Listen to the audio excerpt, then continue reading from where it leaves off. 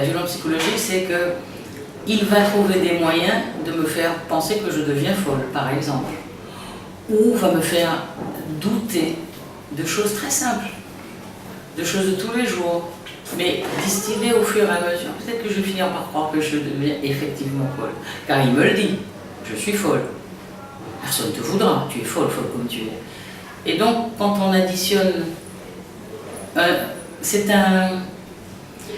une façon d'être au monde, cette violence psychologique, c'est-à-dire qu'il met en place autour de moi tout un système pour m'empêcher d'être vraiment moi. Par exemple, il va me couper de mes liens sociaux, familiaux, amicaux, professionnels même quelquefois. Il fait de l'isolement, il m'isole, je deviens sa chose. Et en tant que sa chose, je ne suis plus quelqu'un. C'est ça, peut-être le pire de la violence psychologique. Je ne suis plus quelqu'un, je suis sa chose.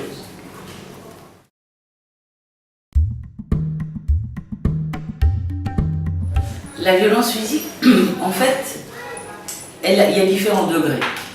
Ça peut aller de la petite bousculade, la pichenette, jusqu'au sang, jusqu'à la mort même quelquefois. Ça s'installe de façon très pernicieuse, très comme ça, c'est pour rien. Mais non, il m'a donné une petite tape, c'était pas méchant, il m'a donné une petite calotte, mais non, mais je l'ai taquiné aussi. Sauf que ça se met très très vite en place. Très très vite en place, dans les premiers temps de la relation. C'est-à-dire un peu comme s'il teste. Est-ce que ça passe? Est-ce qu'elle accepte ou est-ce qu'il va falloir que je m'excuse? Si ça passe, eh ben ça s'installe. Et la petite tape comme ça qui était pour rire devient un moyen de punition. Et là, on se rend compte qu'on change de type de rapport. On n'est plus dans un rapport adulte-adulte. On est dans un rapport adulte-enfant. L'enfant étant la femme qui prend l'étape. Elle est corrigée parce qu'elle ne fait pas bien, parce qu'elle ne fait pas comme on lui demande. Donc cette infantilisation, c'est la part psychologique, qui va aller avec une forme physique, c'est-à-dire les tapes, les coups, les morsures, les brûlures, enfin bon, côté violence physique, l'imagination est sans limite. Et je pense qu'il est importantissime pour les femmes de réagir tout de suite. De réagir, même si c'est pour rire. On ne joue pas avec les coups, on ne joue pas avec la violence. Et dans un couple, on ne devrait pas avoir à arriver à ces extrémités parce qu'on a une chose qui est incroyablement nouvelle, vous me direz, ça s'appelle parler ensemble.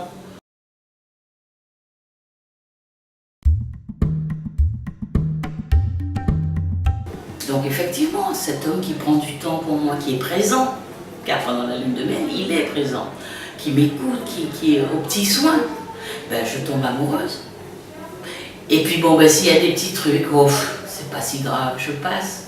Erreur, c'est ces petits trucs-là qui sont les jalons de la violence à venir. La petite calotte, la petite pichenette, la petite « non, je ne veux pas que tu sortes derrière moi avec cette robe-là », ces petites phrases qui sont mal interprétées, qui sont interprétées comme des preuves d'attention et d'amour. Oh, il s'occupe de moi, t'as vu, il m'a dit ah non, il ne veut pas que je mette cette robe parce que... Il y a une façon de dire les choses. Il y a une façon de dire, ah, tu sais chérie, cette robe, je n'aime pas trop, alors que celle-là, je la trouve géniale. Chacun ses goûts, c'est possible. Là, on n'est pas dans la violence, on est dans je préférerais. L'homme violent ne va pas dire ça comme ça. Il va dire je ne veux pas que tu mettes, je t'interdis de mettre cette robe, tu vas te changer tout de suite. Le ton, le côté impératif, le côté c'est moi qui décide, c'est moi qui sais. Et tu n'as qu'à te soumettre. Parce que la phrase n'est rarement finie, mais c'est sinon, on finit. Et comme je suis amoureuse, mais je n'ai pas envie de perdre ce nouvel homme que il n'y en a pas si souvent qui me plaisent. Pour une fois qu'il y en a un qui me plaît, bon allez, je vais passer ce petit truc. Erreur. C'est sur ces petits trucs-là qu'il faut être très très attentive et intransigeante. Comment tu me parles, comment tu te rentres en conflit avec moi. On peut ne pas être d'accord sur quelque chose, mais il y a une façon de le dire et de le faire. L'homme violent va le faire de façon cassante, très péremptoire, c'est moi le chef, et il n'y a pas de discussion possible. Alors au début, ça sera peut-être avec un petit peu de miel autour, avec un petit peu de rondeur. N'empêche que la femme sent déjà que, oh oh. Après, selon l'histoire qu'elle a eue, elle va accepter ou pas.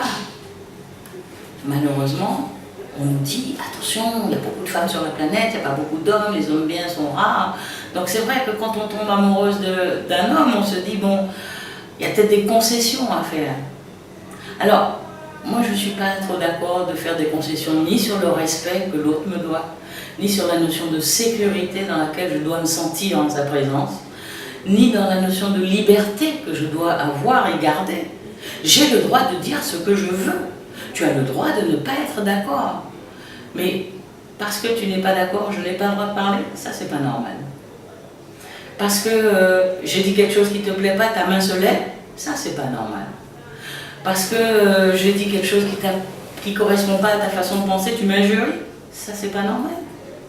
Donc ça, pour moi, ce sont vraiment les trois piliers qu'il ne faut absolument pas, il ne faut pas transiger avec ça.